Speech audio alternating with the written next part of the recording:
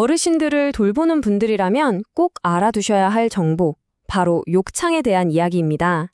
오늘은 욕창이 무엇인지, 그리고 어떻게 하면 효과적으로 예방할 수 있는지 아주 쉽고 명확하게 알려드릴게요. 혹시 이 질문의 답 바로 떠오르시나요? 맞습니다. 바로 욕창이에요. 눈에 잘 띄지 않게 조용히 찾아오기 때문에 더 무서운 병이죠. 그래서 우리가 오늘 이 조용한 위험에 대해 제대로 알아봐야 합니다. 자, 오늘 우리가 살펴볼 내용입니다. 욕창이 뭔지부터 시작해서 왜 생기는지 또 얼마나 위험해질 수 있는지 단계별로 알아볼 거고요. 그리고 가장 중요한 예방법과 초기에 어떻게 대처해야 하는지까지 차근차근 짚어드리겠습니다. 그럼 첫 번째 순서로 도대체 욕창이라는 게 정확히 뭘 말하는 건지 그 개념부터 확실하게 잡고 가겠습니다. 그러니까 쉽게 말해서 우리 몸의 특정 부위가 계속 눌려 있으면 피가 안 통하게 되잖아요. 그럼 그 부분에 산소랑 영양분이 공급되지 않아서 피부가 서서히 죽어가는 거예요. 이게 바로 욕창의 기본 원리입니다. 생각보다 간단하죠? 욕창은 특히 이런 부위들을 좋아합니다.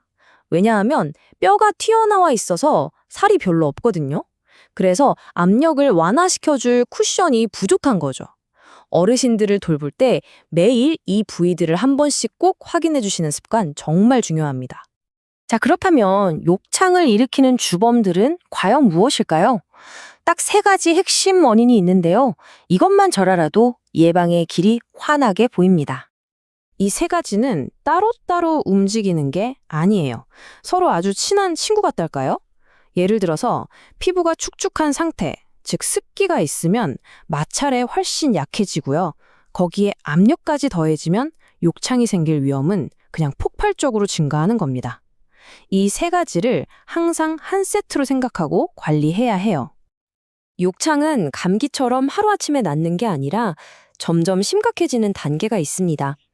이 단계를 아는 게 왜 중요하냐면 초기에 발견하는 게 얼마나 중요한지를 깨닫게 해주기 때문이에요. 정말 모든 것을 바꿀 수 있습니다. 바로 이겁니다. 오늘 내용 중에서 정말 별표 5개짜리 핵심이에요. 1단계. 그러니까 피부가 살짝 붉어지는 바로 그 순간. 이때를 놓치지 않는 것이 심각한 손상을 막을 수 있는 유일한 골든타임입니다. 자, 이 표를 한번 자세히 보시죠. 1단계는 그냥 붉은기가 도는 정도지만 이게 바로 되돌릴 수 있는 마지막 기회라는 신호예요. 그런데 2단계부터는 피부가 벗겨지기 시작하니까 이건 무조건 전문가에게 알려야 합니다. 3, 4단계로 가면요. 와, 이건 상처가 근육이랑 뼈까지 파고드는 정말 심각한 응급 상황이에요. 단계가 올라갈수록 얼마나 위험해지는지 확 와닿으시죠? 자, 그럼 이제부터가 진짜 중요합니다. 문제점을 알았으니 이제 해결책을 알아봐야죠. 욕창을 막기 위해 우리가 매일매일 할 수 있는 가장 효과적이고 확실한 방법들을 알려드릴게요. 욕창 예방, 복잡하게 생각할 것 없습니다. 딱 이 세 가지만 기억하세요. 바로 예방의 세 기둥입니다.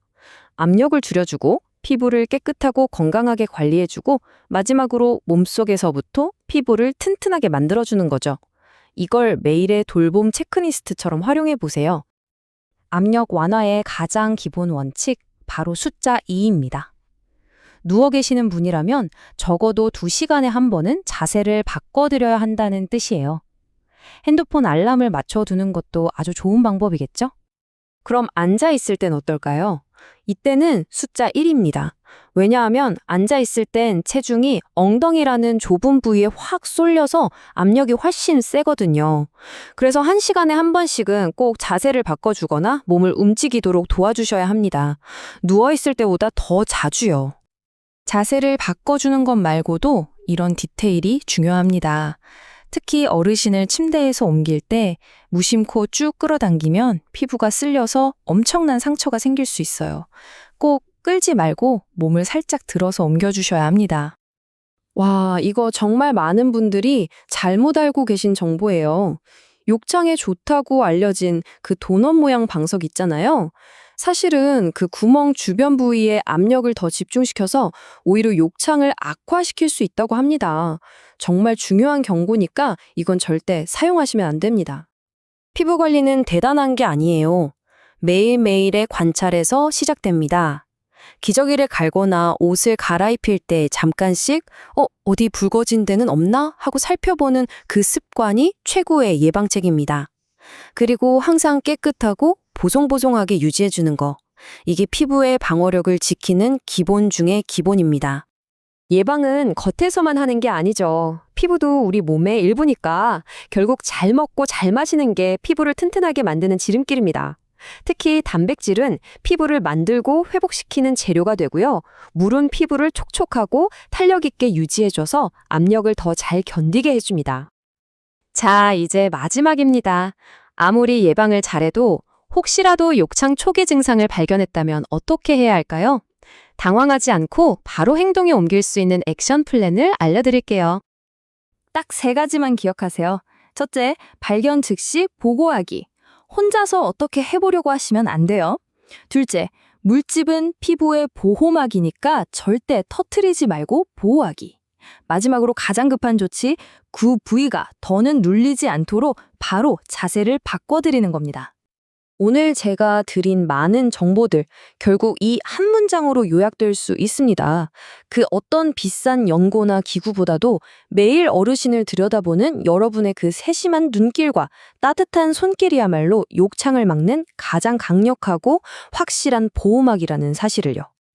오늘 배운 것들 중에서 딱 한 가지만이라도 오늘부터 실천해보는 건 어떨까요? 발뒤꿈치를 한 번 더 확인해보는 것, 물 한 잔을 더 챙겨드리는 것, 5분만 더 일찍 자세를 바꿔드리는 것. 이 작은 변화가 정말 큰 차이를 만듭니다. 여러분의 역할이 그만큼 중요하니까요.